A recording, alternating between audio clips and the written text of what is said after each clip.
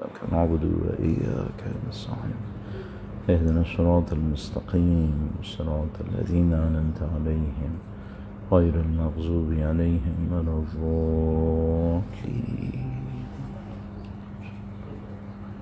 بار دیگر درود بھیجے گا محمد و آل محمد پر. اللہم صلی علی محمد و آل محمد وعجل فرجهم. اعوذ باللہ من الشیطان الرجیم. بسم اللہ الرحمن الرحیم. الحمد للہ رب العالمین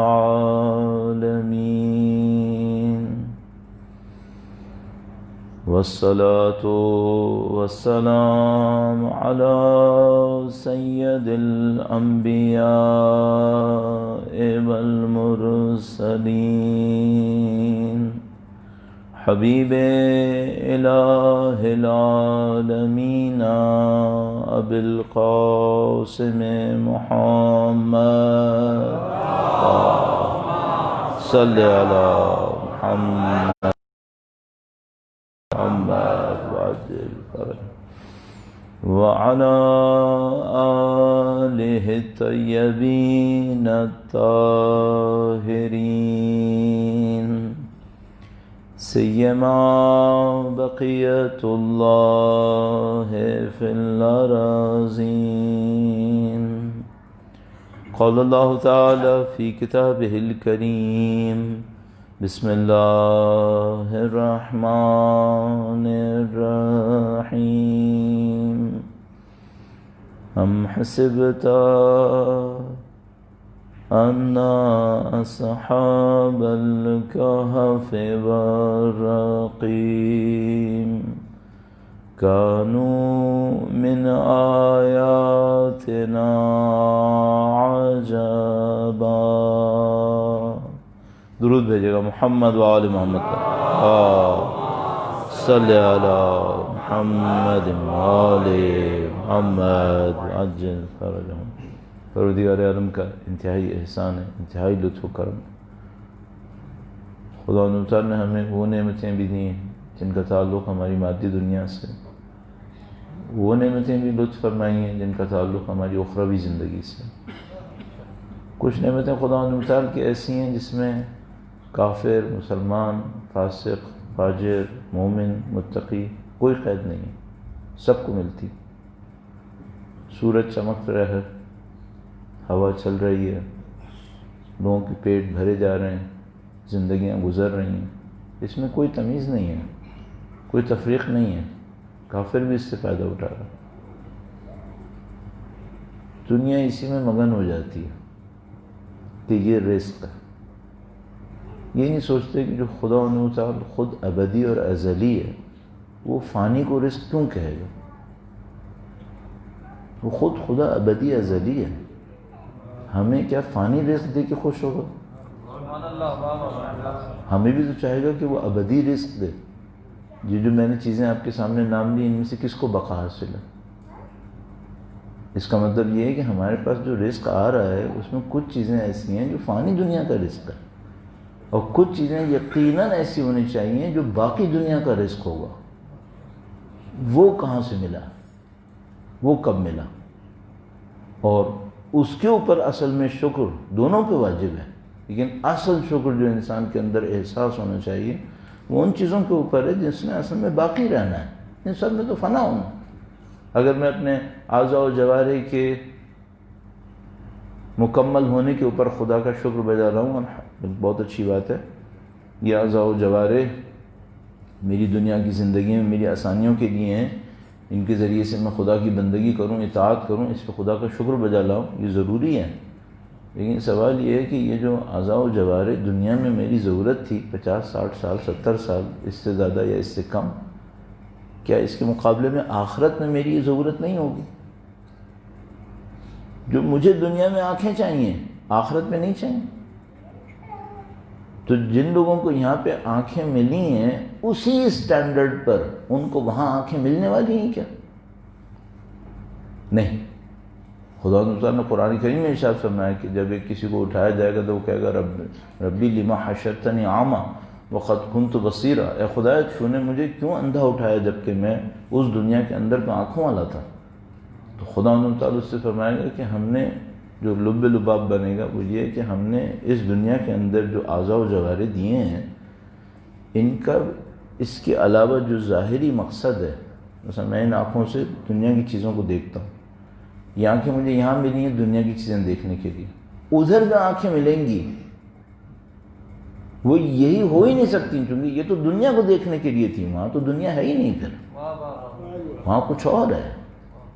وہ آنکھیں میں نے کسب کرنی ہیں یہاں پہ، وہ مجھے یہاں کمانی ہیں. تو اب مثال کے طور پر یہ جو آنکھیں میرے پاس ہیں یہ میں نے کمائی ہیں؟ نہیں، یہ بائی برتھ مجھے مل گئی ہیں. ممکن ہے کوئی لوز کر بیٹھے، ممکن ہے کوئی بعد میں کوئی بینا ہو جائے، لیکن اصل یہ ہے کہ یہ میرے اختیار میں نہیں ہے. لیکن اب جو مجھے آخرت میں جو کچھ چاہیے ہے اس سب کا سب مجھے یہاں پہ کمانا ہے. تو مثال کے طور پر اگر خدا سے میں دعا کروں خدا تو نے یہاں مجھے اعضاء و جوارح نصیب فرمائے، مجھے وہاں بھی اعضاء و جوارح نصیب فرما، تو مجھے سوچنا پڑے گا کہ خدا یہاں پہ اگر کسی کو ہاتھ دیتا ہے، طاقت دیتا ہے، تو اس کا ہدف کیا ہے، مقصد کیا ہے. اگر وہ ہدف میں نے پورا کیا تو وہاں مجھے ہاتھ اور طاقت ملے گی. یہ جو آنکھیں دیتا ہے تو کیوں دیتا ہے؟ دیکھنے کے لیے. ہدف کیا ہے؟ ہدف یہ ہے کہ میں اللہ کی نشانیوں کو دیکھوں، سمجھوں، اس پہ عمل کروں. اگر میں یہ کروں گا تو مجھے وہاں پہ بھی آنکھیں مل جائیں گی. کان دیتا ہے تو کس لیے دیتا ہے؟ تاکہ میں ہدایت کو سنوں، اس پہ عمل کروں. اگر میں نے کانوں کا یہی استعمال کیا تو وہاں مجھے کان ملنے والے ہیں. پھر اب میں دیکھ لوں مجھے وہاں پہ کیا ملنے والا ہے، یہ مجھے سمجھ میں آ جائے گا. اور اس پر خدا کا شکر بجا لاؤں کہ خدا تو نے مجھے دنیا کی نعمتیں بھی دی ہیں، آخرت کی نعمتوں سے بھی مجھے سرفراز فرما انشاءاللہ تعالی. اگر اس پیمانے میں آپ دیکھیں تو جو نعمت ہمیں سید الشہداء کے ذکر سے ملی ہے، ایسی عظیم الشان نعمتیں شاید ہی کسی کو مل رہی ہوں. اور یہ خدا کا لطف و کرم ہے کہ ہمیں بغیر آزمائش کے ملی ہوئی ہے. حقیقت یہ ہے.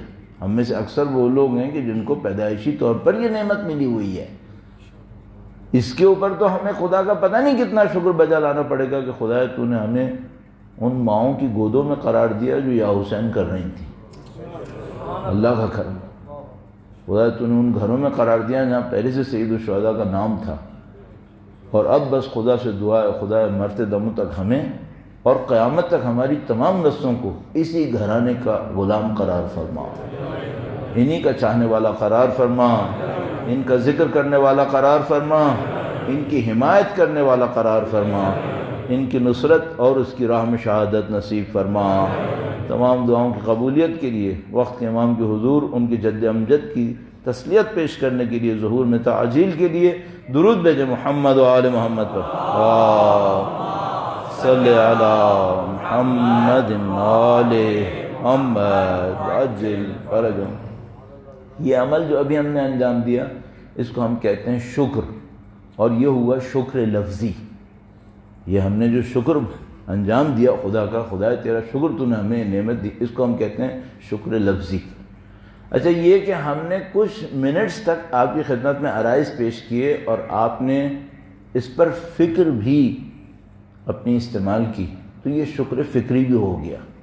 ایک تو ہم نے لفظ سے کہا الحمدللہ، یہ لفظ میں ہم نے شکر کیا، فکر میں بھی شکر کیا کہ واقعاً اعتراف کیا خدا کی نے نعمتیں دی ہیں، اس میں کوئی شبہ نہیں ہمارے لیے. اب جو بچا وہ کیا ہے؟ وہ یہ کہ یہ جو نعمتیں ہیں یہ کسی قانون کے تحت ملتی ہیں یا بغیر قانون کے اتفاق سے اور حادثے سے ملتی ہیں. ذرا سا رک کر میں آپ کی خدمت میں یہ اتفاق اور حادثے کو عرض کروں گا. درود بھیجے گا محمد و آل محمد. اللہم صلی علی محمد و آل محمد وعجل فرجہ. ایک جملہ آپ نے یقیناً اپنی زندگی میں سینکڑوں یا شاید ہزاروں دفعہ سنا ہو، وہ یہ کہ خدا کے ہر کام میں مصلحت حکمت ہے. حکیم ہے خدا، صاحب حکمت ہے. اس کا اس کا مطلب کیا ہے؟ ہم بہت ساری چیزیں اپنے دین میں سنتے ہیں، غور و فکر نہیں کرتے، جبکہ دین غور و فکر کرنے کا ہے۔ اس کے بالکل برخلاف ہمارے ہی ملک کے اندر بہت سارے ایسے لوگ ہوں گے جن میں جیسے ہی آپ یہ کہیں گے دین میں غور و فکر کرو، وہ منع کریں گے کہ نہیں غور و فکر نہیں کرنا ہے، جبکہ ہم اس مکتب کے ہیں جو ہم سے کہتا ہے نہیں غور و فکر کرو دین کے اندر، دین کے ہر جملے میں غور و فکر کریں۔ مثلا کوئی کام خدا کی مصلحت کے بغیر، خدا کی حکمت کے بغیر انجام نہیں پائے گا۔ قبول ہے کیا یہ جملہ؟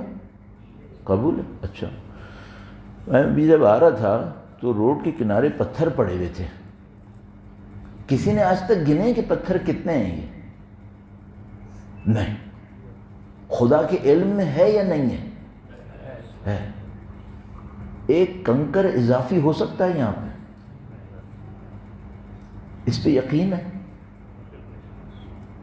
سوچیں اپنے ذہن میں، ہم نے کبھی اس طرح سوچا ہے کیا؟ اچھا ابھی خزاں کا موسم آئے گا، ابھی تو باہر کا ہی موسم ہے میرے خیال میں، یا خزاں کا موسم شروع ہو چکا ہو، تھوڑی دیر میں شروع ہوگا، پتے گریں گے، کسی نے گنا ہے کتنے پتے گریں گے؟ نہیں۔ خدا کے علم میں ہے؟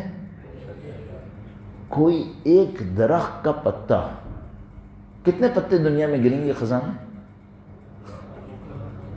unimaginable، صحیح ہے؟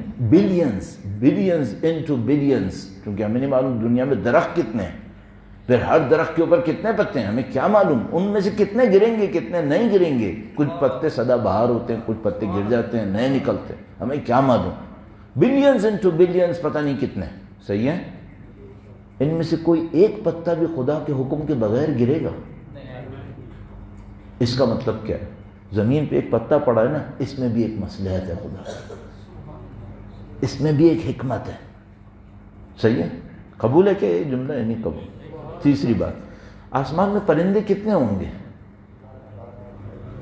کوئی شمار نہیں، کتنے ہوں گے؟ زمین میں کیڑے کتنے ہوں گے؟ کیا پتا؟ سمندر میں ایک گہرائی ہے فلپائن کے نزدیک، میریانا ٹرینچ نام کر کے، ماؤنٹ ایورسٹ اس کے اندر جا سکتا ہے۔ ماؤنٹ ایورسٹ پورا اس کو اپ سائڈ ڈاؤن کریں، اس گہرائی میں ڈال دیں، چلا جائے گا، اتنی گہرائی، اس سے زیادہ ہے، 10,000 میٹر سے زیادہ ہے۔ ماؤنٹ ایورسٹ 9,000 میٹر سے کم ہے، وہاں 10,000 میٹر سے زیادہ ہے۔ اس کے نیچے ان لوگوں نے سب میرینز بھیجی ہیں، روبوٹک سب میرینز، وہاں پر بھی مخلوق زندہ ہے۔ اللہ اکبر۔ اس کا جو پریشر ہے پانی کا وہ اتنا ہے کہ نارمل میٹلز اس کو سروائیو کر ہی نہیں سکتی، اتنا پریشر ہے۔ اچھا، ان مچھلیوں کی مخلوقات کی باڈی میں کیا میٹل ہے؟ نہیں، سروائیو کر رہی ہیں، صحیح ہے؟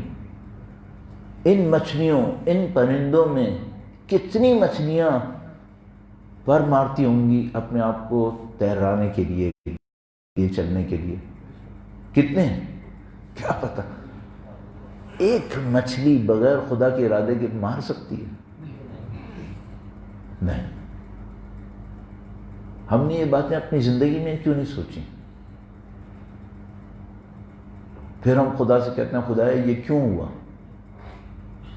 اگر خدا کی حکمت و مصلحت نہ ہوتی تو میرے ساتھ ہو سکتا تھا؟ مولا کا ایک بہت نفیس، ہر فرمان نفیس ہے، کچھ ہمیں سمجھ میں تھوڑے سے آئیں گے، کچھ نہیں آئیں گے۔ مولا نے فرمایا خدا وہ ہے جو جنگل کے درختوں کی چھالوں کی سوراخوں میں موجود مچھروں کے پروں کے پھڑ پھڑانے کی تعداد بھی جانتا ہے۔ درود بھیجے گا محمد و آل محمد، صلی علی محمد و آل محمد وعجل فرج۔ وہ سب جانتا ہے، سب اس کی کیلکولیشن میں ہے، سب میں اس کی حکمت ہے۔ وہ خدا جو ان مخلوقات پر جن کا بظاہر نظام خلقت کے اندر کوئی بڑا رینک نہیں ہے، ان کو بھی قانون کے تحت لے کے چل رہا ہے، مجھے اور آپ کو بغیر قانون کے تحت لے کے چلے گا؟ نہیں۔ اس کا مطلب کیا ہے؟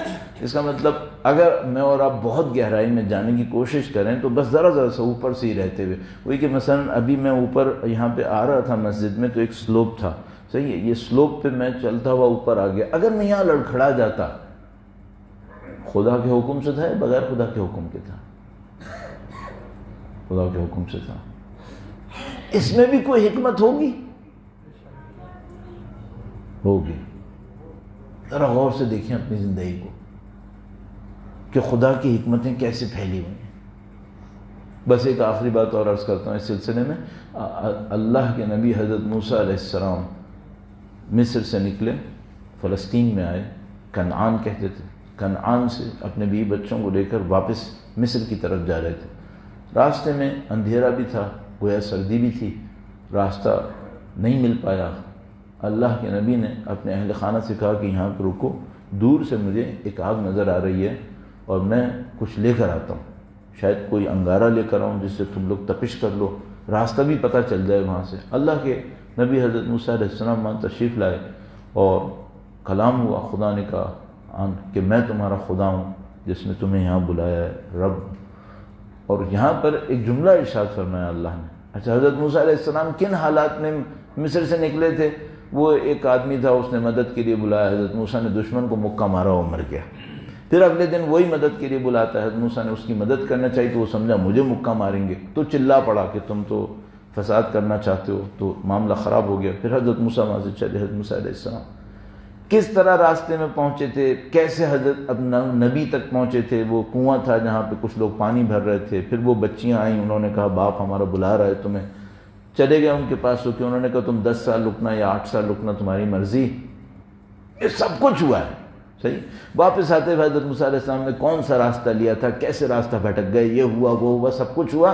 جب خدا کے سامنے پہنچے تو خدا نے ایک جملہ کہا جئت علی قدر یا موسیٰ، اے موسیٰ آپ ایز پر کیلکولیشن ہمارے پاس آئے ہیں۔ کتنے سال کی کیلکولیشن تھی؟ آپ ایز حساب کتاب سے آپ یہاں پر آئیں۔ اچھا، ہمیں سب کیا لگ رہا تھا؟ وہ جو مکہ لگا وہ اتفاق سے لگ گیا، وہ اتفاق سے اگلے دن وہی بندہ مل گیا، اتفاق سے وہ چیخ پڑا، پھر حضرت موسیٰ اتفاق سے اس کنویں پہ پہنچے۔ کوئی اتفاق نہیں تھا۔ خدا تعالیٰ فرمانے سب میرے حساب کتاب میں تھا، سب میرے حساب کتاب میں تھا۔ قومیں بغیر حساب کتاب کے چلتی ہیں کیا؟ فرد بغیر حساب کتاب کے چلتے ہیں کیا؟ نہیں۔ تو پھر صرف ایک کام کر لیں، یہ اللہ کا جو حساب کتاب ہے اس کو تھوڑا سا سمجھنے کی کوشش کر لیں، اس میں قانون ہے کیا؟ آپ کسی مشکل سے گزرے، میں کسی مشکل سے گزرا، تھوڑا سا سمجھنے کی کوشش کرو کیا ہو سکتا ہے، بس یہ دیکھ لو۔ کل ہم نے عرض کیا بھائی ایک قوم مشکل سے گزر رہی ہے، صحیح، اس میں کچھ قانون ہونے چاہیے۔ تھوڑا سا ٹچ کر رہا ہوں اس بات کو، یہ بغیر حساب کتاب کے ہو رہا ہوگا، حادثہ اتفاق ہے، یا حساب کتاب سے ہو رہا ہوگا؟ حساب کتاب تو ہوگا نا۔ کیا ہوتا ہے وہ حساب کتاب؟ وہ قاعدے قوانین کیا ہوتے ہیں؟ ایک کتاب آپ کی خدمت میں عرض کرتا ہوں، درود بھیجے گا محمد و آل محمد صلی علی محمد و آل محمد عجل فرجهم۔ جن علماء نے تفسیر کے اوپر کام کیا ہے انہوں نے تفسیر کو 2 صنف میں تقسیم کیا ہوا ہے۔ مثلا ایک وہ تفسیر ہوتی ہے جو ترتیب سے کی جاتی ہے، بسم اللہ الرحمن الرحیم الحمدللہ رب العالمین، یہاں سے شروع کیا، بڑھتے بڑھتے بڑھتے آخر میں الناس تک۔ اس کو ہم کہتے ہیں تفسیر ترتیبی، تفسیر ترتیبی۔ مثلا کوئی ایک تفسیر کا نام لیجیے گا جو تفسیر ترتیبی ہے آپ کے ذہن میں، مثلا میزان، تفسیر نمونہ، صحیح، تفسیر ترتیبی ہے یہ سب، صحیح۔ اچھا، ایک تفسیر وہ ہوتی ہے جو ترتیب میں نہیں ہوتی لیکن موضوع میں ہوتی ہے۔ مثلا کیا؟ وہ یہ کہ مفسر ایک موضوع لیتے ہیں، اس موضوع کے اوپر جتنا بھی قرآن کریم میں میٹیریل ہے اسے جمع کرتے ہیں اور ایک ٹاپک کور کر لیتے ہیں۔ اچھا، اب اس میں ممکن ہے کہ پہلی آیت استعمال ہو جو 15ویں سورے میں ہو، دوسری آیت استعمال ہو جو 8ویں سورے میں ہو، تیسری آیت استعمال ہو 18ویں سورے میں ہو، کچھ بھی ہو سکتا ہے، ٹھیک ہے، کیونکہ یہ ترتیب نہیں ہوتی، یہ تفسیر موضوعی ہوتی ہے۔ اچھا، یہ جو تفسیر موضوعی ہوتی ہے اس میں خوبی جو ہوتی ہے وہ یہ کہ جو بکھری ہوئی آیتیں ہوتی ہیں وہ ایک جگہ جمع ہو جاتی ہیں اور انسان کو ایک کمپریہنسو ویو مل جاتا ہے۔ البتہ کچھ مفسرین نے دونوں کو جمع کرنے کی بھی کوشش کی ہے۔ یہ جو ہمارے بھائی نے نام لیا تفسیر المیزان جو علامہ محمد حسین طباطبائی علی اللہ مقامہ شریف کی ہے، یہ ایک کوشش ہے جو ہے ترتیب پر، لیکن اس ترتیب میں موضوعات بھی معین کیے ہیں آقا نے اور موضوع کو بھی جمع کر کے اس کے اوپر بات کی ہے۔ صحیح ہے؟ یہ جو تفسیریں موضوعی ہوتی ہیں ان میں آپ کے پاس گراؤنڈ بہت زیادہ ہوتا ہے۔ وہ کس طریقے سے؟ مثلا آپ نے توحید لے لیا، توحید کے اوپر آپ نے ساری آیتیں جمع کی۔ زیادہ وقت نہ لوں آپ کا، شہید محمد باقر الصدر انہوں نے بھی ایک تفسیر موضوعی لکھنے کا ارادہ کیا، اور اس تفسیر موضوعی کے لیے جو انہوں نے موضوع انتخاب کیا وہ ایسا موضوع تھا جو اس سے پہلے شاید ہی کسی نے اس درجے کے اوپر جا کے کام کیا۔ وہ کیا تھا؟ انہوں نے کہا کہ کیا قرآن میں معاشرے کے قوانین ڈسکس ہوئے ہیں کیا؟ معاشرتی قوانین۔ تو انہوں نے اس کا نام مثال کے طور پر اس طرح سے پڑے گا، اللہ کی سنتیں جو قرآن کریم میں ذکر ہوئی ہیں۔ اللہ کی سنتیں کیا مطلب؟ اللہ کی سنت، کیونکہ خدا تعالیٰ نے کہا سنت اللہ التی، یہ خدا کی سنت ہے جس میں کبھی کوئی تم تبدیلی نہیں دیکھو گے۔ تو کیا معاشروں پر خدا کی سنتیں نافذ ہیں؟ اس کو ہم کہتے ہیں معاشرتی قوانین۔ کیا معاشروں پر بھی قوانین نافذ ہیں؟ ہاں، جس طرح زندگی، انسانی زندگی کے اوپر فرد فرد پہ خدا کا قانون نافذ ہوتا ہے، معاشرے پہ بھی قانون نافذ ہوتا ہے۔ چلو میں امپلیمنٹ کرنے کی سوچتا ہوں۔ ہمارے معاشرے میں اختلاف انتشار ہے یا اتحاد اور وحدت ہے اس وقت؟ انتشار ہے۔ امن کی طرف ہے یا نہیں؟ معاشرے کے اندر نامنی ہے۔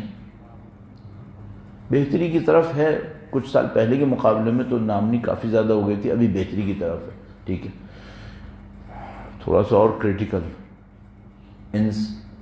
نام بھی تبدیل کر دیتا ہوں۔ عدل کی طرف جا رہے ہیں یا بے عدلی کی طرف جا رہے ہیں؟ میں اس لیے جان بوجھ کے نام تبدیل کیا، ورنہ ایسا نہ ہو پولیٹیکل میسج بن جائے وہ۔ صحیح ہے، عدل کی طرف نہیں جا رہے، کم از کم معاملہ خراب ہوتا نظر آ رہا ہے۔ کیوں خراب ہوتا نظر آ رہا ہے؟ دولت کی تقسیم ہی لے لیجیے، مسلسل فیگرز خراب ہو رہی ہیں پوری دنیا کے اندر، پاکستان اکیلا نہیں، پوری دنیا کے اندر۔ اچھا، یہ سب کچھ کسی قانون کے تحت ہو رہا ہے یا بغیر قانون کے ہو رہا ہے؟ اچھا، اگر میں اس کو تبدیل کرنا چاہتا ہوں تو مجھے کیا کرنا چاہیے؟ وہ قانون سمجھو، وہ قانون کیا ہے۔ جیسے ہی آپ نے وہ قانون سمجھ لیا، آپ کے ہاتھ میں طاقت آ گئی۔ کیا طاقت آ گئی؟ آپ یہ طے کر سکتے ہیں کہ اب مجھے کرنا کیا ہے۔ چھوٹی سی ایک مادی مثال دوں گا، تھوڑا سا آپ کا وقت لے رہا ہوں اس بات کو عرض کرنے کے لیے کہ معاشرے پہ قوانین نافذ ہیں۔ یہ ایسا نہیں کہ اتفاق سے سب کچھ ہو رہا ہے، جو کچھ ہوگا قانون کے تحت ہوگا۔ اللہ کا نظام بغیر قانون کے نہیں چلا ہے۔ خدا پتھر نما اجسام کو بغیر قانون کے نہیں چلا رہا ہے، اشرف المخلوقات کو بغیر قانون کے چلائے۔ یہ جو پلینٹس ہیں یہ کتنے ہیں؟ جو اسٹوڈنٹ ہمارے جو مختلف سائنسز کے اسٹوڈنٹ ہیں وہ جانتے ہیں کہ بھائی ہمارے پاس یہ جو لائٹ ایئر ہوتا ہے، یہ لائٹ ایئر ٹائم نہیں ہوتا بلکہ ڈسٹینس کا نام ہوتا ہے لائٹ ایئر۔ صحیح ہے، 1 بلین لائٹ ایئر تک بھی پلینٹس اور اسٹارز ہیں۔ 1 بلین لائٹ ایئر کیا مطلب؟ 1000 سال تک روشنی ٹریول کرے تو جہاں پہنچے گی وہاں پر بھی پلینٹ اور اسٹارز ہیں۔ 1 ارب سال ٹریول کرے لائٹ، 1 ارب سال، 100 کروڑ سال روشنی چلتی رہے کسی سپیڈ سے، تب بھی پلینٹ اور اسٹارز ہیں۔ یہ بغیر قانون کے چل رہے ہیں کیا؟ نہیں۔ وہ معاشرتی قانون کیا ہوتے ہیں؟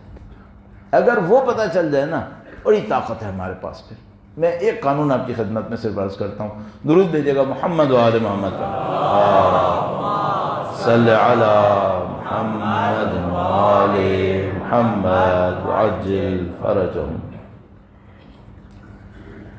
اب ہمارے ساتھ مشکل ایک اور پیش آ رہی ہے، تھوڑا سا اس موضوع کو روک کر، وہی کہ اسلام میں ہماری دینی تعلیمات کے اندر کچھ ٹرمنالوجیز استعمال ہوتی ہیں۔ وہ ٹرمنالوجیز ہمارے ہاں بالکل مختلف مفہوم میں استعمال ہو رہی ہیں. کل میں نے بات کی تھی عربی کا لفظ اردو میں آئے معنی تبدیل ہو جاتا ہے بعض اوقات. اب میں ٹرمنالوجیز کی بات کر رہا ہوں. ٹرمنالوجیز کے مطلب ہمارے ہاں کچھ اور ہیں. ایک جملہ عرض کرتا ہوں پھر دوبارہ اس موضوع کے اوپر واپس آتے ہیں. درود بھیجے گا محمد و آل محمد پر. اللہم صلی علی محمد و آل محمد وعجل فرجہم. ایک مفسر قرآن ہے آیت اللہ جوادی آملی، بہت مشہور، بہت معروف. میں تو جب گیا قم تو میری عمر میرے خیال میں 17 سال کچھ مہینے تھی. وہ اس وقت وہاں پہ تفسیر قرآن کہہ رہے تھے. اب میں بوڑھا، ابھی بھی ارشاد فرما رہے ہیں. کیا تجربہ ہے ان کا. اور علامہ محمد حسین طباطبائی اللہ مقام شریف کے شاگرد، براہ راست شاگرد ہیں جہاں تک مجھے پتہ ہے. اور علامہ محمد حسین طباطبائی براہ راست شاگرد ہیں علامہ سید علی قاضی طباطبائی کے، وہی جو آیت اللہ العظمیٰ مرحوم بہجت اللہ مقام شریف کے استاد تھے. یہ جو بڑے بڑے آپ عرفاء دیکھ رہے ہیں نا، یہ ایک بندے کی تربیت کی ہے. آیت اللہ دستگاہ شیرازی، آیت اللہ محمد حسین طباطبائی، آیت اللہ بہجت، یہ سب، اور پتہ نہیں کتنے نام، یہ سب کس کی تربیت یافتہ ہیں؟ آیت اللہ سید علی قاضی طباطبائی اللہ مقام شریف. وہ کون تھے؟ امام خمینی نے کبھی ان سے براہ راست لیکچرز نہیں لیے، درس نہیں لیے. خود امام خمینی کے علم عرفان میں 2 استاد تھے، آیت اللہ شاہ آبادی نام کر کے اللہ مقام شریف، اور آیت اللہ مرزا جواد ملک کی تبریزی اللہ مقام شریف. امام خمینی نے ان 2 سے علم عرفان کے اندر بنیادی طور پہ کسب فیض فرمایا تھا. لیکن آیت اللہ قاضی طباطبائی کے ہم عصر تھے. آیت اللہ قاضی طباطبائی کے لیے امام خمینی نے جملہ کہا تھا. آیت اللہ قاضی طباطبائی کس کس کے استاد تھے؟ دستغیب شیرازی، آیت اللہ بہجت، آیت اللہ محمد حسین طباطبائی، اور ایسے دسیوں نام اور. امام خمینی نے ان کے لیے، آیت اللہ قاضی طباطبائی کے لیے ایک جملہ کہا تھا کہ وہ توحید کا پہاڑ تھے.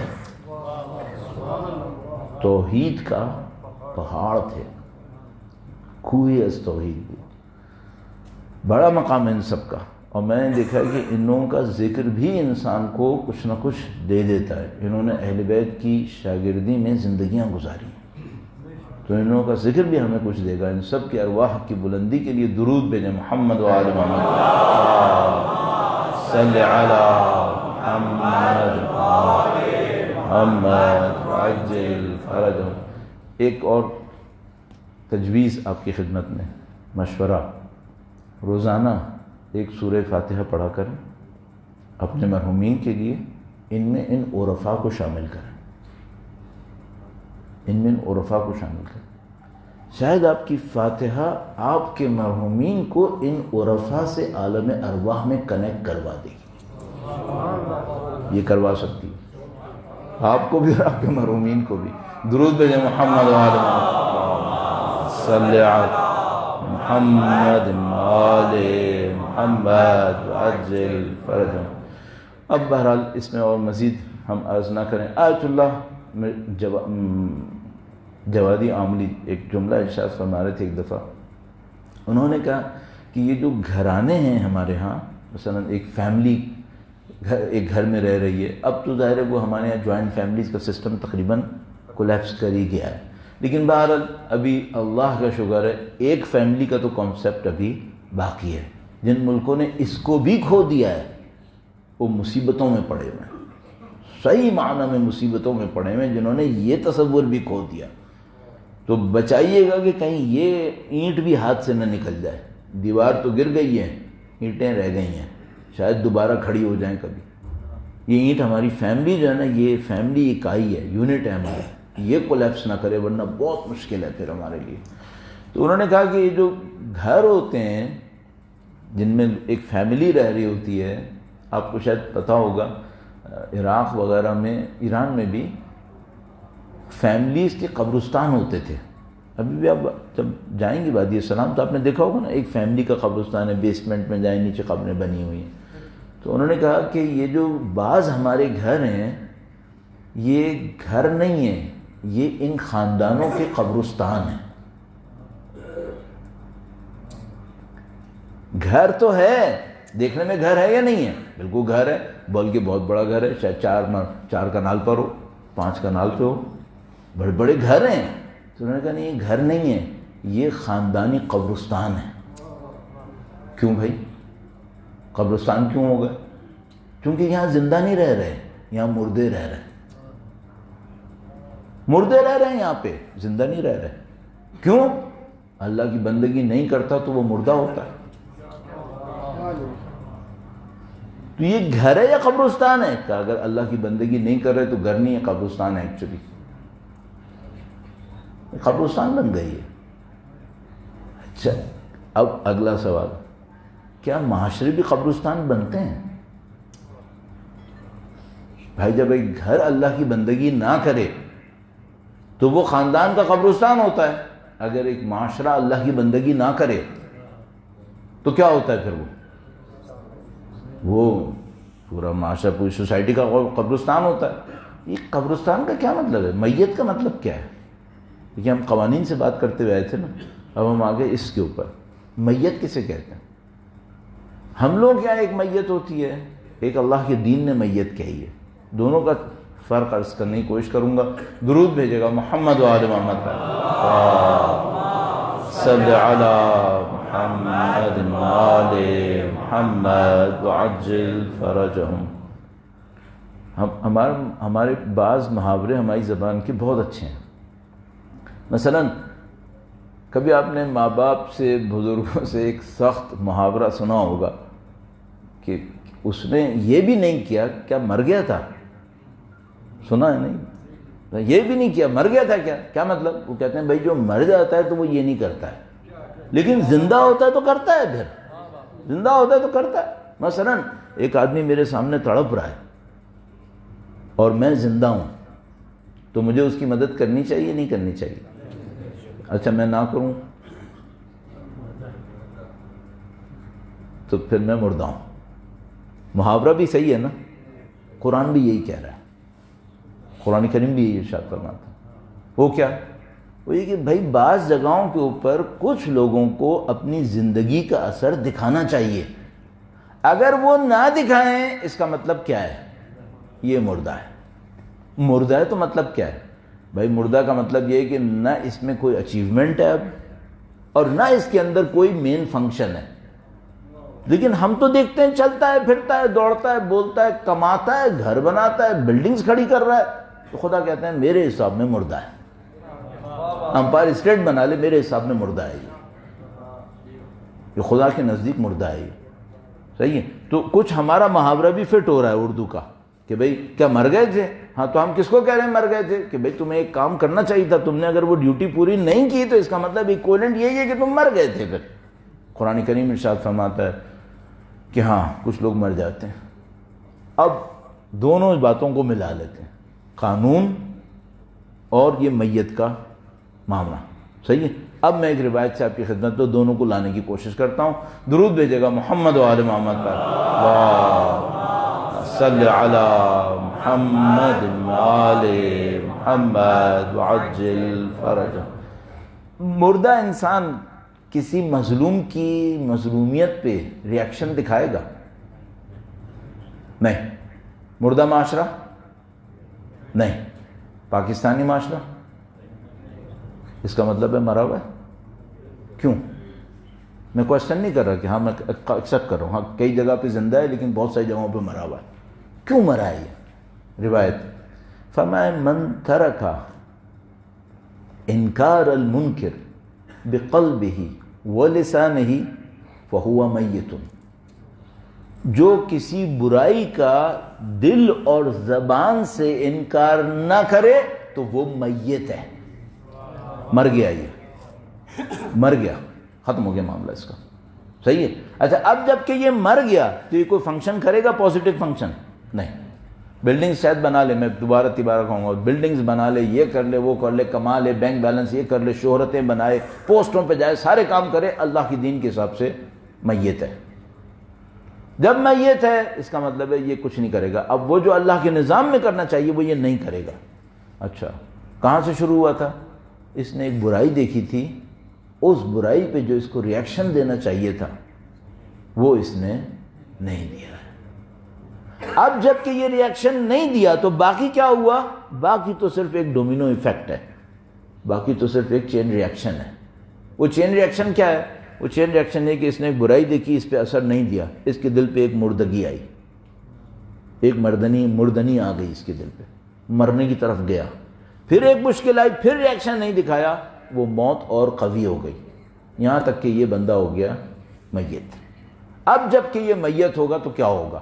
اگلا اسٹیپ روایت میں فرمایا، جو کسی برائی کا اپنے دل اور اپنی زبان سے انکار نہ کرے، یعنی ایزیوم یہ کیا جا رہا ہے کہ ہاتھ سے نہیں کر سکتا، ہاتھ سے کر سکتا تو ہاتھ سے کرے گا، ہاتھ سے نہیں کر سکتا تو بھائی کم از کم دل سے تو کرتا، زبان سے تو کر لیتا، یہ بھی نہیں کیا تو پھر یہ میت ہے۔ اچھا اگر یہ میت ہے تو بعد میں کیا ہوگا؟ اور اس کے بعد فرمایا کہ اگر کسی قوم میں امر بالمعروف نہی عن المنکر ترک ہو جائے، ترک ہو گیا، کیا مطلب؟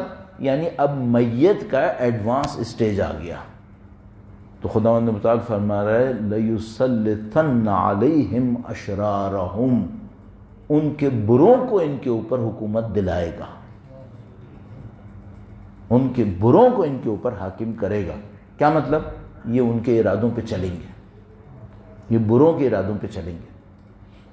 اس کے بعد یہ اللہ کو پکاریں گے بھی تو ان کی دعا قبول نہیں ہوگی، نہیں ہوگی۔ کیوں؟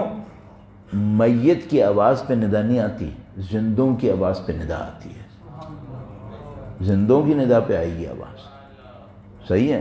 اب دیکھیے یہ جو میں نے آپ کی خدمت میں عرض کیا، میں بہت معذرت کے ساتھ عرض کر رہا ہوں، یہ شاعری ہے یا حقیقت ہے؟ لگتی تو شاعری ہے کہ کوئی یہ کہے بھئی یہ مثلا یہ معاشرہ مردہ ہے، تو کوئی مجھ سے کہے گا بھائی یہ کیسا مردہ ہے، 20 کروڑ لوگ رہ رہے ہیں، یہ مردہ ہی ہے؟ یہ قرآن کریم فرما رہے نہیں، ان میں سے بہت سارے لوگ مردہ ہیں۔ تو دیکھنے میں تو شاعری لگ رہی ہے، لیکن جو کہہ رہے ہیں وہ شاعر نہیں ہے، وہ عاقل ترین ہے، عقل کل ہے۔ مولا کا ایک فرمان میں بہت زیادہ عرض کرتا ہوں، اللہ کے نبی سے ہی منسوب ہے، مولا کے نام سے ہی منسوب ہے، شاید بعد میں کسی نے اور بھی اپنے نام سے لگا لیا ہو، لیکن بہرحال یہ فرمان موجود ہے، بہت نفیس فرمان۔ فرمایا الناس نیام اذا ما تنتبہوا، لوگ سو رہے ہیں، جب مریں گے تو جاگیں گے۔ درود بھیجے گا محمد و آل محمد، اللہم صلی علی محمد و آل محمد وعجل فرج۔ آپ نے دنیا میں اس وقت، دنیا میں، پاکستان کی بات نہیں ہو رہی، دنیا میں دیکھا آپ نے وائلنس ہو رہا ہے، انسان کس بری طریقے سے مرتے ہیں، کوئی ریاکٹ نہیں کرتا جیسے کرنا چاہیے، اس طرح ریاکٹ نہیں کرتے۔ اور ہم لوگوں کی حافظے تو انتہائی کمزور ہیں، انتہائی کمزور ہیں۔ میں کبھی کبھی اپنے بچوں کے ساتھ جب بیٹھا ہوتا ہوں تو ان کو اپنے میموری سے بتاتا ہوں کہ دیکھو بیٹا یہ بھی ہوا ہے دنیا میں، تو کہتے ہیں یہ بھی ہوا تھا۔ میں نے کہا ہاں ہوا تھا۔ کیا کر رہی تھی دنیا؟ پتہ نہیں کیا کر رہی۔ افریقہ میں 2 ملک ہیں، ایک روانڈا، ایک برونڈی۔ روانڈا، برونڈی، اس میں 2 قبیلے رہتے تھے، ہوٹو اور ٹوٹسی۔ ان دونوں کے درمیان 1990s میں ایک دفعہ جنگ ہو گئی تھی۔ 100 دن میں، 3 مہینے میں 8 لاکھ لوگ مرے تھے، کلڈ، اور زیادہ تر بمباری سے نہیں مرے تھے، فائرنگ سے مرے تھے، گردنیں کٹی تھی۔ 8 لاکھ لوگ 100 دن کے اندر، پر ڈے ایوریج وحشت ناک ہے اس کا، پر منٹ ایوریج وحشت ناک ہے اس کا۔ 8 لاکھ لوگ 100 دن کے اندر۔ صحیح، دنیا کیا کر رہی تھی اس وقت؟ سیٹلائٹ سے دیکھ رہے تھے کہ دریا لاشوں سے بھرے پڑے ہیں، خاموش بیٹھے تھے۔ اس داعش نے، اسی ستمبر کا مہینہ تھا، 2014 میرے خیال میں جاتا تھا، 2000 شیعہ بچے تقرید کے اندر ایک دن میں مارے تھے، ایک دن میں، بلیک پوائنٹ پہ گن رکھ کے۔ یہاں پہ دجلہ کا پانی لال ہو گیا تھا، ویڈیو موجود ہے، ویڈیو موجود ہے، ایڈیٹڈ نہیں ہے، پیور ویڈیو. دنیا کہاں ہوتی ہے؟ یہ شقاوت قلب بغیر قانون کے آئی ہے. پاکستان میں وائلنس ہوتا ہے. کیا کرتے ہیں لوگ؟ دیکھتے رہتے ہیں. ہاں، یہ شقاوت قلب کیوں آئی ہے؟ اتنے شقی القلب کیوں ہوئے ہیں لوگ؟ قانون پہ ہوئے ہیں یا بغیر قانون کے ہوئے ہیں؟ انہوں نے کیا کیا اپنے ساتھ جو یہ ہوا ہے؟ میرے دماغ پہ دباؤ اتنا زیادہ بڑھ رہا ہے اس بات کا. صرف ایک بات عرض کروں گا، یہ میت ہیں یا احیاء ہیں؟ 8 لاکھ لوگ 100 دن میں مرے، دیکھنے والا دیکھتا رہے، یہ زندہ ہے؟ اس کو سوچو یہ کیسے ہو گیا؟ یہ دل کہاں گئے سارے؟ جن پہ انسان کو انسان سمجھنا تھا، جن کو انسان کے اوپر تڑپنا تھا تھوڑا بہت، یہ کیا ہو گیا ان کے دلوں کو؟ اتنے قسی القلب کیوں ہو گئے؟ قرآنی ٹرمنالوجی، قساوت قلب، دلوں کی سختی. کیوں آتی دلوں کی سختی؟ اب اس کو نرم کرنا ہے تو کیا کرنا ہے؟ زندہ کرنا ہے تو کیا کرنا ہے؟ اور ہم اس معاشرے میں ہیں. یہاں پر یہ جو کچھ ہو رہا ہے یہ بہت سادگی سے نہیں ہو رہا ہے. یہ سالوں کچھ ہوا ہے جس کو ہم نے آنکھیں بند کر کے قبول کیا ہے، تو ہم یہاں تک پہنچ گئے، تو ہم یہاں تک آئے. اب اگر ہمیں کچھ کرنا ہے اس کو واپس لانے کے لیے، تو یہ نہیں ہوگا کہ مثلا میرے جیسے آدمی یہاں بیٹھ کر 2 جملے بولے، آپ نے سنا، ایک ہاتھ اٹھائے، دعا کی، معاملہ حل ہو گیا. وہ تو خدا تعالیٰ خود فرما رہا ہے اپنے دین کے اندر کہ بھائی ایک جگہ آتی ہے پھر دعائیں قبول نہیں ہوتی، عمل میں آنا پڑتا ہے انسان کو، اس کو تبدیل کرنا پڑتا ہے. تو یہ سب کا سب یہ کیا ہو گیا ہے؟ قوانین خدا میں اس کا مقام کیا ہے؟ اور میرا اصل موضوع تو یہ تھا کہ اہل بیت نے اس کے مقابلے میں کیا طریقہ کار انجام دیا تھا. صحیح ہے، لیکن میں آج اس کے اوپر عرض کرنے پہ مجبور ہو گیا کہ بھئی یہ جو ہے یہ کیا ہے، اور کیا یہ واقعاً حادثے اور اتفاق سے ہو رہا ہے؟ تو ابھی میں نے اتنا ٹائم آپ کے سامنے لگایا اس بات کے اوپر کہ بھئی کوئی چیز حادثہ اتفاق نہیں ہوتی، سب کا سب ایز پر کیلکولیشن ہوتی ہے. کچھ کیا ہے تو کچھ نتیجہ نکلا ہے. یہ تو اب وہ جو کیا ہے وہ کیا کیا ہے ہم نے؟ 2-4 جملے اس پہ عرض کرتا ہوں اور پھر انشاءاللہ اس کو عرض کرنے کی کوشش کریں گے، متصل کریں گے اپنے موضوع سے. درود بھیجے گا محمد و آل محمد، صلی علی محمد و آل محمد وعجل فرج. بڑے بڑے واقعات ایسے ہوتے ہیں نا کہ اس میں انسانوں کے لیے عبرت دلانے کے لیے کچھ چیزیں عرض کی جاتی ہیں، بیان کی جاتی ہیں. اب وہ ممکن ہے بعض اوقات واقعہ ہوتا ہو اور اس کو تھوڑا سا چینج کر کے کچھ اور بنا لیا جاتا ہو، تو اسے ہم کہاوت کہتے ہیں. کہاوتوں کا بھی کوئی نہ کوئی بیس ہوتا ہے. کہاوت ہسٹری نہیں ہوتی، وہ بعض اوقات تبدیل ہوئی بھی ہوتی ہے. تو مثلا ایک کہاوت میں کہتے ہیں، ممکن ہے اس کا کوئی واقعے میں بیس بھی ہو، ممکن ہے نہ ہو. تو ایک کہاوت میں کہتے ہیں کہ بھائی کوئی بہت بڑا ڈاکو تھا، اس کو کہیں پکڑ لیا گیا، اس کو سزائے موت ہونے لگی. تو اس کو سزائے موت ہوئی تو اس سے کہا گیا کہ بھئی تم نے کوئی کام، کوئی خواہش؟ اس نے کہا ہاں میری ماں کو بلاؤ. ماں کو بلایا.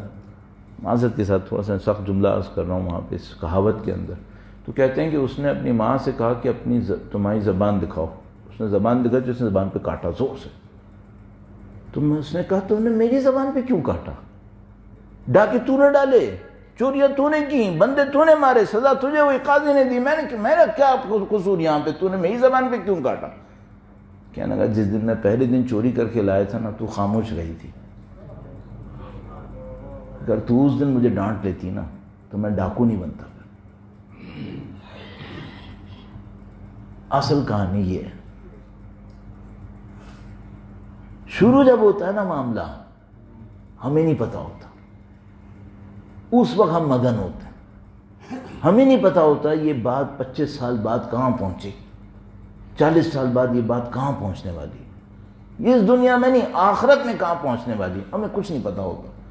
اس وقت ہم اپنی زندگی میں ہوتے ہیں، اور خدا کے نظام کے اندر 40-50 سال کچھ نہیں ہے. میں نے ابھی حضرت موسیٰ علیہ السلام کی مثال قرآن کریم سے آپ کی خدمت میں عرض کی. خدا نے مطالعہ فرما رہے سب کچھ میں نے کیلکولیٹ کیا ہے، اس کے تحت تم کو یہ موقع ملا ہے کہ تم آج اس نبوت کو لینے کے لیے یہاں پر آئے ہو.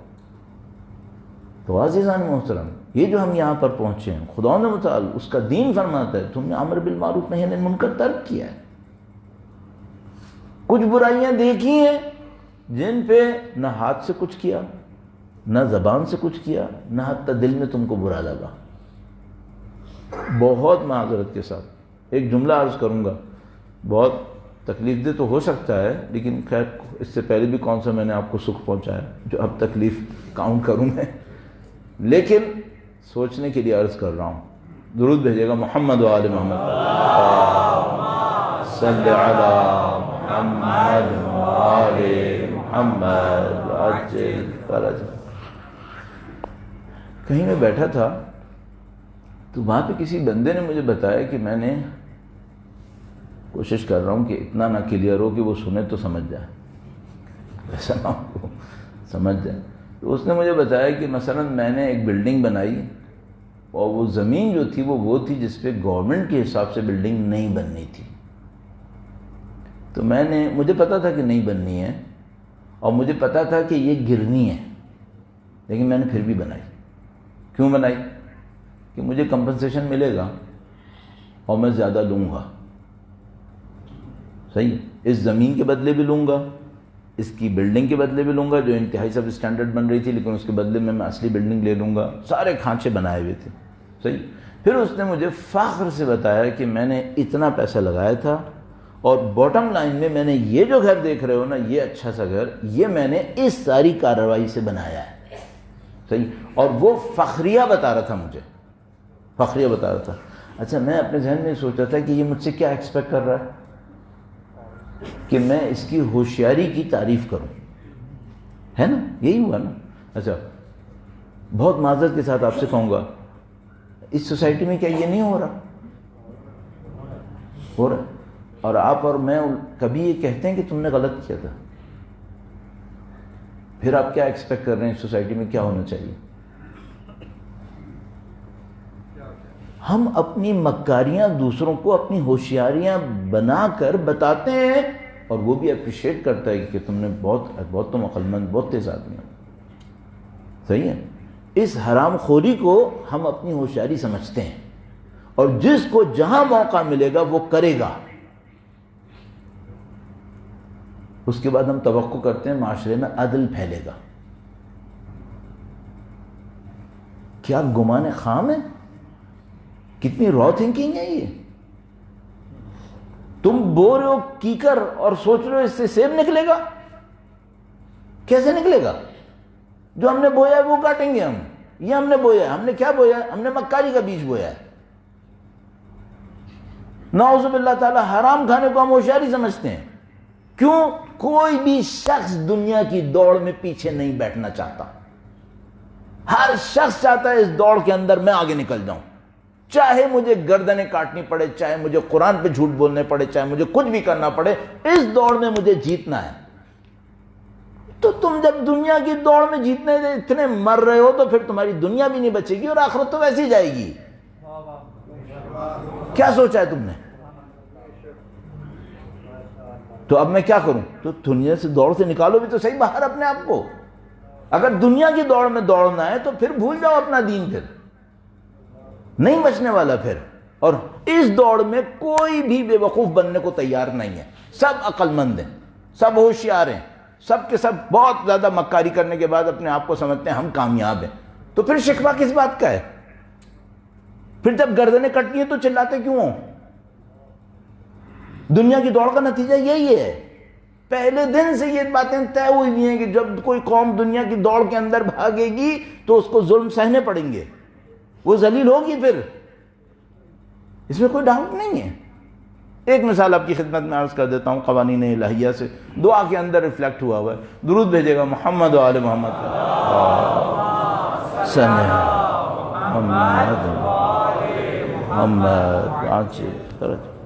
ہم لوگ دین میں سوچتے سمجھتے نہیں ہیں. ہماری مشکل ہے یہ. ہم لوگ واقعا نہیں سوچ رہے. ہمارے پاس یہ جو دعائیں ہیں یہ بہت بڑا ذخیرہ ہے. ہم سب کو معلوم ہے. یہ جملہ بھی آپ نے اپنے بچپن سے اب تک سینکڑوں ہزاروں دفعہ سنا ہوگا. اچھا، یہ دعائیں کیا ہیں؟ یہ دعائیں 10 سال کی دین کی تبلیغ ہے جو مولا چوتھے سرکار، مولا پانچویں سرکار ائمہ اطہار علیہ السلام نے ان کی ذوات مقدسہ پہ درود بھیجے، محمد و آل محمد صلی علی محمد آل محمد وعجل فرج۔ 10 سال ایسے گزرے ہیں کہ جب دین کی تبلیغ اس معنی میں جو معمولاً رائج ہے وہ ممکن نہیں تھی، تو اس زمانے میں وہ دین کے حقائق کو، دین کے جو تعلیمات تھیں ان کو کیسے بیان کرتے تھے؟ دعاؤں کے ذریعے سے۔ اچھا، اگر عقیدے کو بیان کرنا ہے تو دعا، اگر لوگوں کی کسی الجھن کو، ذہنی الجھن کو حل کرنا ہے تب بھی راستہ دعا، اگر انہوں نے آخرت کا کوئی معاملہ لوگوں کو سکھانا ہے تو راستہ کیا ہے؟ وہ راستہ بھی دعا ہے۔ اس کا مطلب ہے اس دعا کے اندر کیا بنے گا؟ اس دعا کے اندر سارا دین نظر آئے گا آپ کو، اسی دعا کے اندر معاشرتی احکام نظر آئیں گے، اسی دعا کے اندر انفرادی احکام نظر آئیں گے۔ مثال کے طور پر دعائے کمیل، اللہم اغفر لی الذنوب التی تنزل البلاء، ایک جملہ لے لیتے ہیں، اے خدایا میرے ان گناہوں کو بخش دے جن کے اوپر بلائیں نازل ہوتی ہیں۔ اس کا مطلب بھائی دیکھیں تعلیمات آ گئی نا آپ کے ہاتھ میں کہ بھائی کچھ گناہ ایسے ہوتے ہیں جن کے بعد ابتلاعات آتی ہیں، مبتلا ہو جاتی ہے قوم اس کے نتیجے میں، صحیح ہے؟ اچھا، یہ بظاہر تو دعا نہیں ہے، یعنی بظاہر تو یہ ایک دعا ہے جس میں خدا سے کہا خدا میرے گناہ بخش دے، لیکن پیچھے تعلیمات کا حصہ جو ہے معاشرتی ہے، معاشرتی قانونی، کہ قانون میں امام فرما رہے ہیں کچھ گناہ بلائیں نازل کرتے ہیں، تم لوگ دیکھ لو کیا ہو رہا ہے، صحیح؟ ایسی ایک جیسے میں نے وہ فاتحہ والی بات کہی نا، اگر آپ میں سے میں کبھی ایسا نماز پڑھ رہا ہوں، میں نے آج ایک اچھی نماز پڑھی، رات تک پہنچتے پہنچتے دیکھا نہیں نماز میں دل نہیں لگ رہا، مثلا ظہر اثر تو اچھی پڑھی تھی، مغرب عشاء میں دل نہیں لگ رہا، مغرب عشاء تو اچھی پڑھی تھی، فجر میں دل نہیں لگ رہا، تو پہلا کام آپ یہ کریں کہ فوراً ہاتھ اٹھا کے خدا سے کہیں خدایا ان گناہوں کو بخش دے جن کی وجہ سے یہ دل نہیں لگ رہا ہے، کچھ ہوا ہے مجھ سے۔ ریویو کریں فوراً اپنی لائف کو 2 نمازوں کے درمیان، اور خدا سے استغفار طلب کریں کہ خدا یقیناً میں نے کوئی غلطی کی ہے، ورنہ جو تو ہی تھا جس نے کل رات مجھے یہ نعمت دی تھی کہ میں نے توجہ سے نماز پڑھی تھی، آج صبح یہ نعمت کیوں چھن گئی مجھ سے؟ اس کا مطلب میں نے کوئی غلط کام کیا ہے، ان گناہوں کی مغفرت طلب کرنا تاکہ کام آگے بڑھے گا۔ تو بظاہر دعا میں دعا تھی گناہوں کی مغفرت کے لیے، لیکن ایک قانون الہیہ بیان ہو گیا۔ اب شب 15 شعبان کی ایک دعا ہے، مفاتیح الجنان کے اندر موجود ہے، آپ جا کے دیکھ لیجئے گا، شب 15 شعبان کے اعمال کے تقریباً اختتام پر آتے ہوئے اس طرح شروع ہوتی ہے، اللہم اقسم لنا من خشیتک، خدایا تو اپنے خوف و خشیت سے ہمیں تقسیم کر۔ ایک جگہ پہ جا کے ارشاد فرمایا، ربنا لا تجعل الدنیا اکبر ہمنا ولا مبلغ علمنا، اے خدایا دنیا کو ہمارا اصلی ہم و غم قرار نہ دے،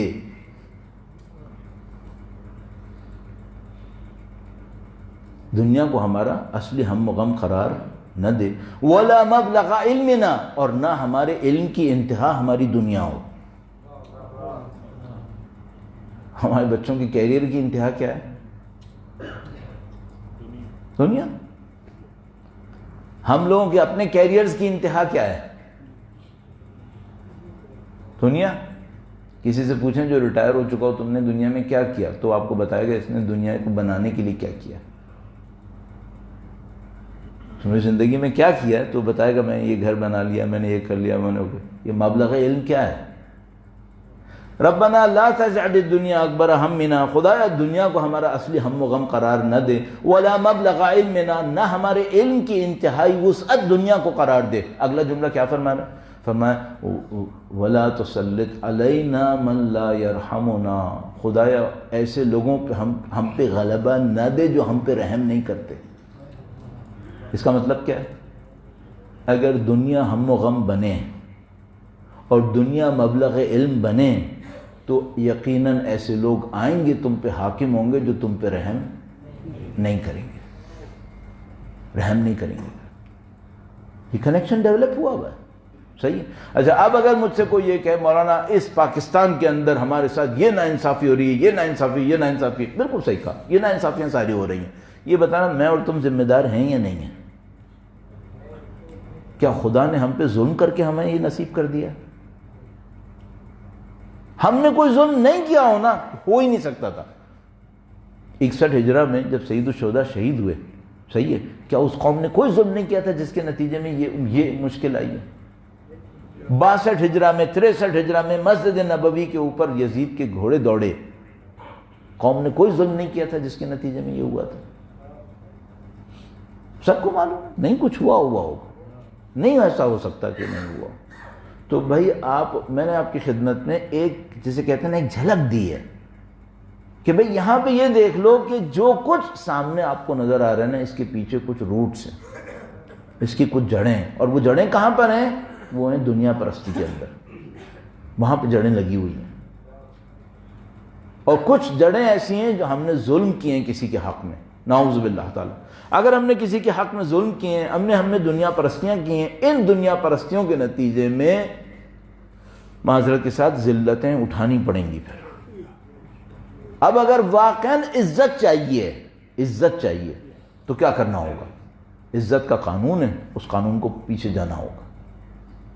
عزت کا قانون ہے، عزت کا قانون کیا ہے؟ عزت کا قانون ہے اللہ کی بندگی۔ اللہ اپنے بندوں کو عزت دیتا ہے، ان العزت للہ ولرسولہ وللمؤمنین ولکن المنافقین لا یعلمون۔ عزت اللہ کے لیے، اس کے رسول کے لیے اور مومنین کے لیے، اور منافق اس بات کو نہیں سمجھ پائیں گے۔ عزت چاہیے، یہ عزت کا قانون ہے۔ نہیں اس کو اڈاپٹ کرنا عبودیت الہی کو، پھر دوسرا راستہ ہے دنیا پرستی ہے۔ دنیا پرستی ہے وہ بھی ایک قانون ہے، پھر وہ تحمل کر کے دیکھ لو۔ پھر تو اب مولا کا فرمان یاد آتا ہے، فرمایا جس کو عدل سخت لگے نا تو اس کو میں خبر دے رہا ہوں کہ ظلم بہت سخت ہوگا۔ جس کو عدل سخت لگے نا کہ نہیں میں جسٹس نہیں کر سکتا، میں عدل نہیں کر سکتا، یہ بہت سخت ہے، اس میں میرا نقصان ہے، تو امام فرمانے پھر تم مطمئن رہنا ظلم بہت سخت ہوگا، تم ظلم نہیں سہ پاؤ گے۔ پھر دیکھنے میں تو اچھا لگے گا، بہت ساری چیزیں مل جائیں گی، لیکن اینڈ میں جا کے جو کچھ ہوگا وہ بہت برا ہوگا، ظلم نہیں سہ پاؤ گے۔ عزیزان محترم، ایسا نہیں ہے کہ صرف میں ہی اور آپ ذمہ دار ہیں جو یہاں بیٹھے میں، مثلا یا جو ہمارے دوست احباب باہر، نہیں، سب ذمہ دار ہیں، لیکن صرف ایک مسئلہ تھا، ایک رسالت تھی جو ہمارے کندھوں پر تھی، اہل بیت کا ماننے والا ہونے کے ناطے ہمیں اس کو پورا کرنا چاہیے تھا۔ ہمیں اس فتنہ پرستی میں نہیں گھومنا چاہیے تھا۔ اگر پوری دنیا بھی دنیا پرستی میں گھوم رہی تھی، ہمیں کس نے کہا تھا؟ ہم نے تو وہ نہیں سیکھنا تھا۔ اور یہ سب چیزیں طے شدہ ہیں، کیسے یہ باتیں ہوئی ہیں۔ اب یہ جو سوشل سائنسز ہے، اس میں سب ڈھونڈتے ہیں کہ مثال کے طور پر پاکستان میں یہ جو مادہ پرستی آئی ہے، پہلے بھی تھی، اصل میں یہ حاکم کب ہوئی ہے؟ تو جگہیں سمجھ میں آتی ہیں، ہاں ان سالوں کے اندر اصل میں یہ مادہ پرستی ایک نارم کی صورت میں پاکستان میں اپیئر ہوئی ہے، اس سے پہلے کم تھی۔ بس میں آپ کا بہت وقت دو چکا ہوں اور وقت نہیں لوں گا، صرف میں ایک بات جملہ کہوں گا آپ سے۔ ہمارے اور آپ کے جو والدین تھے، اجداد، وہ فزیکلی ہم سے زیادہ غریب تھے، لیکن دنیا پرستی میں ہم سے بہت بہتر حالت میں تھے۔ وہ دنیا پرستی میں ایسے نہیں تھے، ان کے اپنے ایک اسٹینڈرڈز تھے شخصیتوں کے، اس نے ان کو بچا کے رکھا تھا۔ یہ میں کبھی بعد میں شاید پہلے بھی کبھی عرض کر چکا ہوں گا، اب اس کا موقع نہیں ہے، لیکن بس میں اتنا عرض کر رہا ہوں، اس کا کوئی تعلق فقر اور غربت سے نہیں ہے۔ اگر یہ سمجھ رہے ہیں نا کہ چونکہ لوگ غریب ہوتے ہیں تو پھر یہ سب چیزیں ہوتی ہیں، نہیں، اس کا کوئی تعلق نہیں۔ ہمارے اجداد ہمارے مقابلے میں شاید میٹیریلی اتنے زیادہ امیر نہیں تھے، لیکن ان میں کچھ عزتیں تھیں اور کسی وجہ سے تھیں۔ ہم لوگوں کے لیے راستہ کیا ہے؟ واپس آؤ عبودیت الہی کے اوپر۔ ایک جملے کے اندر عبودیت الہی پہ آئیں گے، دنیا میں فائدہ ہوگا یا نقصان ہوگا؟ نقصان ہوگا، پہلے دن سے کیا ہے، ہاں نقصان ہوگا۔ کیا مطلب؟ دنیا اپنی دوڑ میں بھاگ رہی ہوگی، تمہیں لگے گا میں پیچھے رہ گیا۔ یہ بالکل ایسے ہی جیسے اہل بیت اطہار علیہ السلام اپنے اصولوں کے اوپر باقی رہے، حکومت بنی امیہ کی رہی۔ کب تک؟ 132 ہجرہ تک۔ اس کے بعد بنی عباس کی حکومت بنی۔ کب تک؟ مزید 500 سال مثلا۔ جیتا کون؟ اب بتاؤ جیتا کون؟ ہاں، اس جیت کو آپ کیوں چھوڑ رہے ہو؟ اس جیت کو آپ کیوں چھوڑ رہے ہو؟ یہ وہ ٹرننگ پوائنٹ ہے اگر ہم نے اس کو سمجھ لیا کہ ایک دفعہ یہ طے کر لو کہ ہم دنیا کی دوڑ میں نہیں ہیں. آپ مجھ سے کہیں گے مولانا ہم پھر بہت پیچھے رہ جائیں گے, ہمارا یہ ہو جائے گا, ہمارا وہ ہو جائے گا. یہ مجھے پتہ ہے کہ ہم پیچھے نہیں رہیں گے, لیکن فی الحال میں جواب دینے کے لیے کہوں گا بھائی دیکھو پیچھے رہ جاؤ کوئی معاملہ نہیں ہے, کم از کم اہل بیت کے ساتھ ہوں گے ہم لوگ. پیچھے رہ جائیں کوئی بات نہیں, اور میں بتا رہا ہوں پیچھے نہیں رہیں گے ہم لوگ, نہیں رہیں گے, خدا ہمیں اکیلا نہیں چھوڑے گا. لیکن اگر کوئی مجھ سے یہ کہنا مولانا اگر آپ نے یہ کیا نا, یہ کیا تو آپ کے سامنے جتنی اپرچونٹیز ہیں یہ ہاتھ سے نکل جائیں گی, آپ دنیا میں بہت پیچھے رہ جائیں گے. میں اس سے کہوں گا بھائی ایسا ہے, میں پیچھے رہنے پہ تیار ہوں, میں تیار ہوں. کیوں؟ میں اس دوڑ میں نہیں بیٹھنا چاہ رہا, مجھے پتہ ہے اس دوڑ کا انجام کیا ہونے والا ہے. یہ ہم سے ہضم نہیں ہو رہا ہے, یہ ہمیں ہضم نہیں ہو رہا کہ ہم اس دنیا کی دوڑ میں پیچھے رہ جائیں. اور اہل بیت اطہار نے ہمیں یہ سکھایا تھا کہ تم اس دوڑ میں مت جانا, پیچھے رہ جاؤ, کوئی بات نہیں, نہیں رہنے دے گا پیچھے خدا, لیکن رہ جاؤ. اگر ظاہری طور پہ لگتا ہے کہ رہ جائیں گے, رہ جاتے پیچھے. جس دن میں نے اور آپ نے یہ قبول کر لیا نا, یہ کربلا اسی لیے سمجھ میں آتی. سید الشہداء نے ہار اور جیت کا نیا قانون بنایا, ہار اور جیت کا بالکل نیا.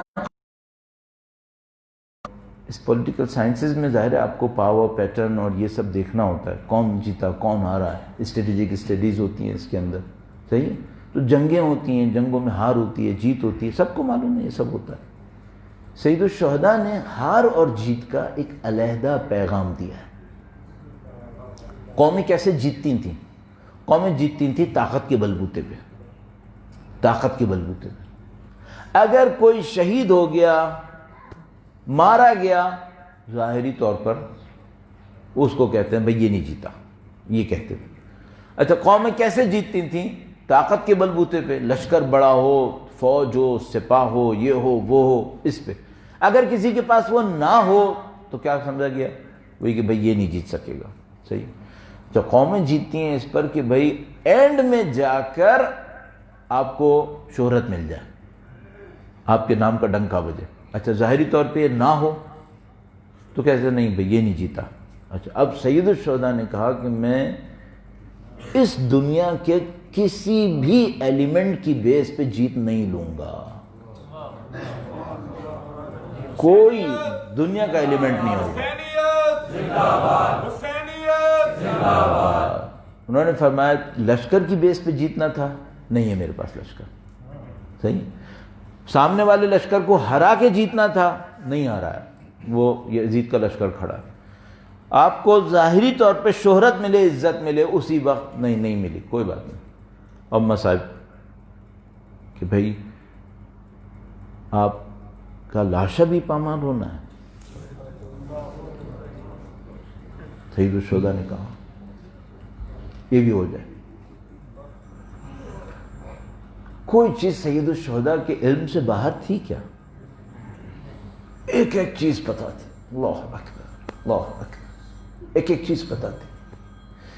سید الشہداء کو, اہل خانہ کو ایک ایک چیز پتا تھی. یہ حوادث وہ نہیں تھے جو انسان کے دل تحمل کر سکتے تھے, یہ واقعات وہ نہیں تھے. اگر کسی نے کوئی واقعہ جھیلا ہو تو اس کو پتا ہوگا کہ اس سے بہت کم پہ دل پھٹ جاتے ہیں, اس سے بہت کم پہ دل پھٹ جاتے ہیں. اور یہ خاندان یہ سب کچھ جھیل رہا تھا, سب کچھ معلوم تھا یہ ہوگا, لیکن سید الشہداء کو ایک بات پتا تھی, یہ سب کچھ ہوگا اور خدا ہمارے ساتھ ہے, خدا ہمارے ساتھ ہے. جب خدا ہمارے ساتھ ہے تو خدا انہیں متعال جیت دلائے گا. اور یہ کہ مولا سید الشہداء آخری وقت میں جب اپنی بہن کے پاس تشریف لائے, ایک جملہ فرمایا مولا نے, کہا بہن صبر کرنا.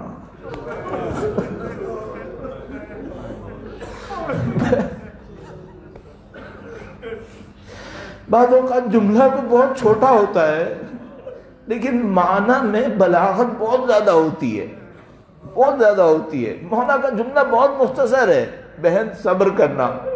یہ تو بعد میں تاریخ نے بتایا کہ جو صبر وہ اپنی بہن سے مانگا تھا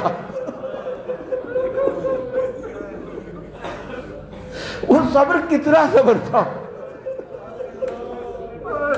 اب اگر یہاں پر ہم تو مرد ہیں, ہم مرد ہونے کے باوجود, ہم مرد تھوڑا سا سخت ہوتا ہے اپنے دل کے اندر, مرد ہوتا ہے سخت ہوتا ہے تھوڑا سا. اب ذرا سوچنا ایک خاتون ہو اور اپنے بھائی کو ذبح ہوتا دیکھے.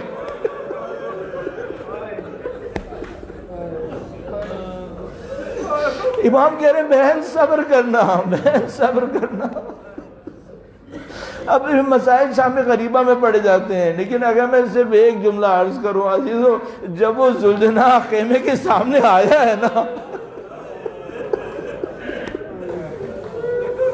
اے بہن صبر کرنا, اور بس وہ موقع سوچتے نا جب آنا شروع کیا ہے, نیزوں کے اوپر سرحائے اقدس ہیں اور بہن صبر کرے, بہن صبر. بہن نے سارے صبر کر لیے. جب بہن نے صبر کر لیے, امام حسین نے صبر کر لیا, اب خدا نے دکھایا کہ دیکھو میں کیا کرنے والا ہوں. بس خدا نے وہ 1400 سال گزر گئے, ساری دنیا یا حسین کر رہی ہے. آپ بی بی زینب سلام اللہ علیہ کے مصاحب میں بیٹھے ہوئے ہیں. یہ کیا ہے؟ یہ معجزہ ہے اس مقدرہ کا جنہوں نے یزید کے دربار میں کھڑے ہو کر کہا تھا, یزید تو ہمارا نام نہیں بٹھا سکے گا, ہمارا نام زندہ رہے گا. یہ میرے اور آپ کے آنسو اس بہن کے جملے کی گواہی بن گئے. لعنت اللہ علی القوم الظالمین وَسَيَعْلَمُ الَّذِينَ ظَلَمُوا أَيَّا مُنْقَلَبٍ يَنْقَلِبُونَ. پروردگارہ تجھے واسطہ اہل بیت اطہار علیہ السلام کی عظمت کا, سید و سردار مولا اور آقا امام آخر الزماں کے ظہور میں تعجیل فرما. خدایا ان کے نام پر امن و سلامتی نصیب فرما, ہمارے بیماروں کو شفا نصیب فرما, جو بے گناہ جیلوں میں آزادی اور رہائی نصیب فرما. اے پاک پروردگار معاشرے کے اندر ظلم کا مقابلہ کرنے کی سعادت نصیب فرما. اے پاک پروردگار ان کے ظہور کا دن دیکھنا نصیب فرما, ان کی نصرت اور اس راہ میں شہادت نصیب فرما. ربنا تقبل منا انک انت السمیع العلیم وتب علینا انک انت التواب الرحیم بجاہ نبیک وعترتہ الطاہرین.